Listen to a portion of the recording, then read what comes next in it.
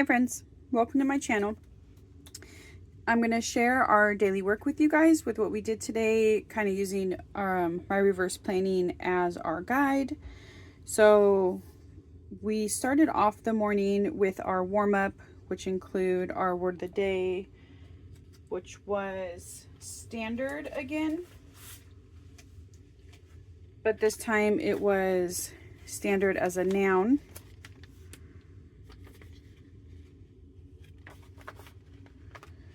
And then on Wednesday, I like to give her like a little pop quiz. So I just asked her what our address is to see if she still knows it by heart, since it's not something I've asked her during the summer. And so that went really well.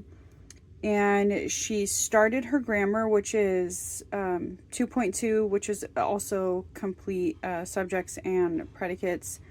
And then she went into her first testing session of the day for her state testing. And so then after that, she did her spelling, which was extended word study.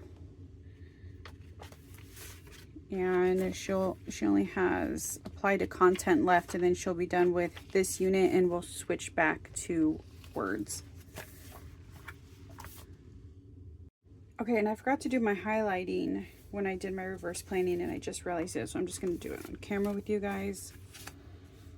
Okay, so grammar.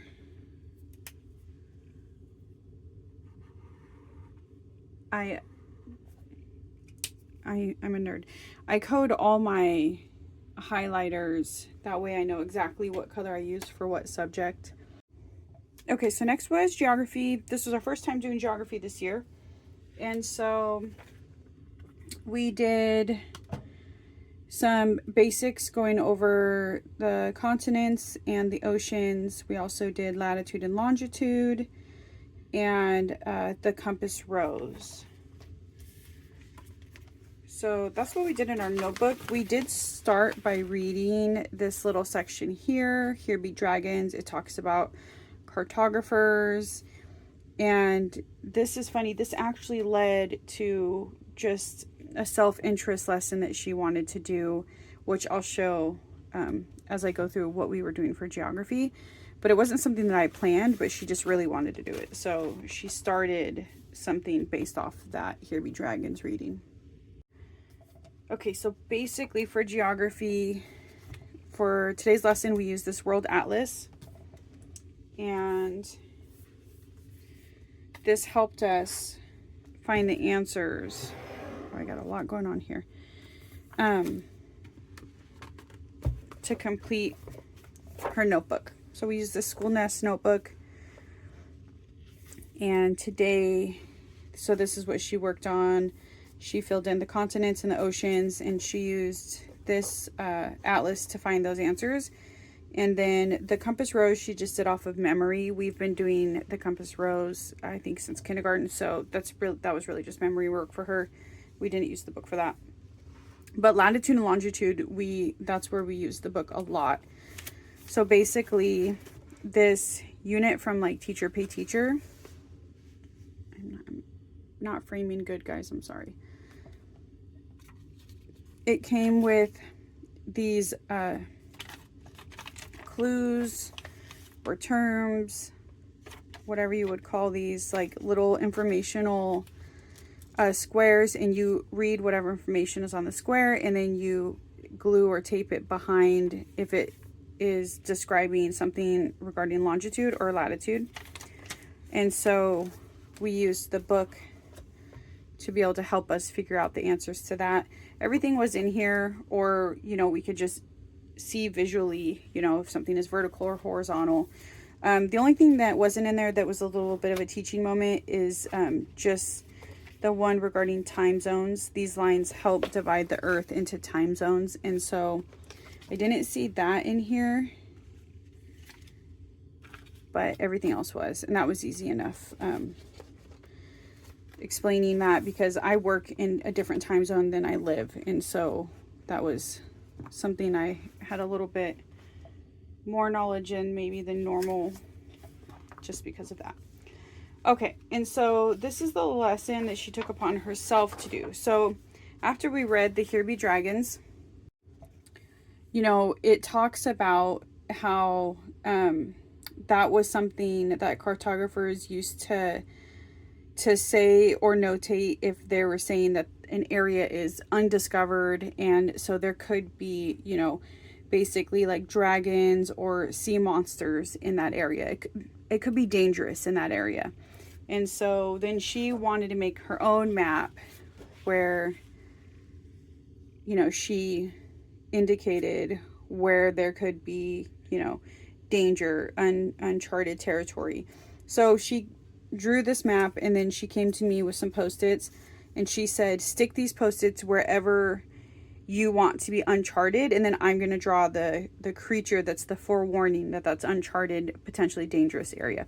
And so this is what she came up with. So she still has to draw something over here.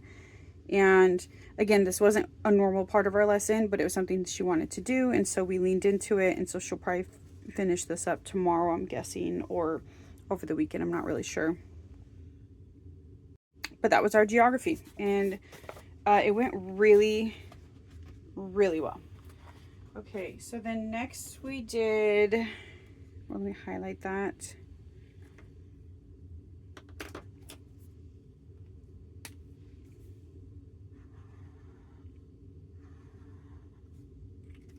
Okay, next we did history.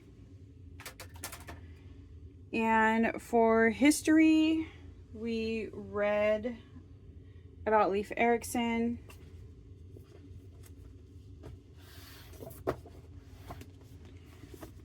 So first we read chapter 1 in here.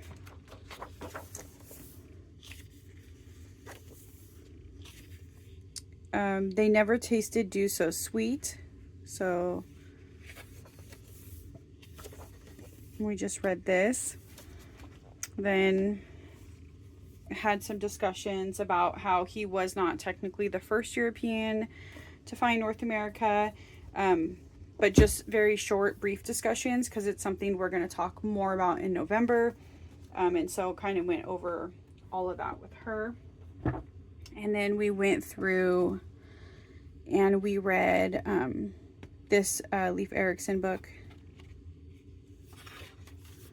So this is not too long of a read, but it just had a little bit more details. And also the first book I just showed, if you've never read that book before, it's very much like a story. It's told like a story, where this just feels more like kind of a textbook, reference book type feel, like more factual feeling.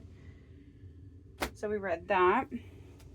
And then we like reviewed their routes with this little interactive map. I'm getting some good sun in here now, so the glares are just hitting everywhere. And so she just played with this. She actually was playing with this while I read some of the second Leif Erikson book. And then to wrap up history, we just kind of talked about what the year is gonna look like for us. We're doing a lot more notebooking this year. And so we're going to be doing notebooking in science, history, geography, literature, and I really just want to do a lot more notebooking. This is something I've really wanted to do every year, and I've just never taken the time to really make sure it happens. So this is going to be the year. And so I created these notebooks for us, and I just kind of showed her them. We have some stuff starting out. This one is hers, and then I have a version for me where I have the same thing, but I also have examples filled out of what I would be looking for from her. And so we didn't do any notebooking today, but we just talked about the fact that we are going to be doing notebooking for history, probably starting tomorrow. It depends on how far we get in our history tomorrow. Tomorrow will be the first time we start listening to Tuttle Twins, and they basically start with Marco Polo and the Silk Road. So and that's how we start here. And so we might be touching on these tomorrow. Okay.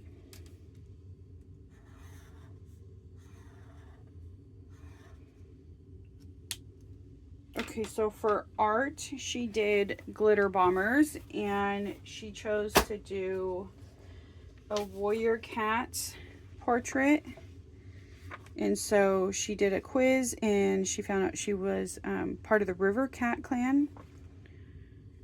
I hope this glare is not ruining everything. I'm sorry, guys.